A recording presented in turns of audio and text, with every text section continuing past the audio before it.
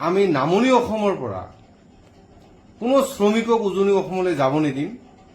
কাৰণ এটাই, মিয়া মানুহতো নাযাবই, কিন্তু আমি দেশী মানুহকো আমি বাধা প্ৰদান কৰিম। উজনি অসমত কেইবাটাও দল সংগঠনৰ নেতাই নামনি অসমৰ শ্ৰমিকসকলৰ ওপৰত যি ধৰণে শাৰীৰিক আৰু মানসিক অত্যাচাৰ কৰিলে প্ৰশাসনৰ সন্মুখত, সেয়া বৰ দুৰ্ভাগ্যজনক আৰু গৰিহণাৰ যোগ্য।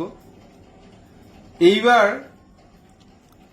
আমি নামনি অসমৰ পৰা কোনো শ্ৰমিকক উজনি অসমলৈ যাব নিদিম। কাৰণ এটাই, উজনি অসমত সংগঠনৰ নেতাবিলাকে পুলিচ প্ৰশাসনৰ লগত যৌথভাৱে জড়িত হৈ এই ঘটনাবিলাক সংঘটিত কৰিছে। গতিকে এইবাৰ আমি নামনি অসমৰ শ্ৰমিকক কোনো পধ্যেই উজনি অসমত ইটা ভাটাতে হওক বা বিভিন্ন ইণ্ডাষ্ট্ৰিতে হওক বা লেবাৰৰ কামতে হওক আমি যাবলৈ নিদিম। মিয়া মানুহতো নাযাবই, কিন্তু আমি দেশী মানুহকো আমি বাধা প্ৰদান কৰিম।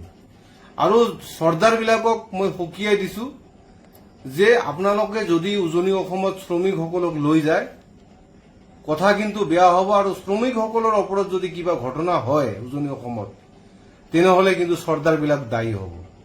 ধন্যবাদ। জয় অসম।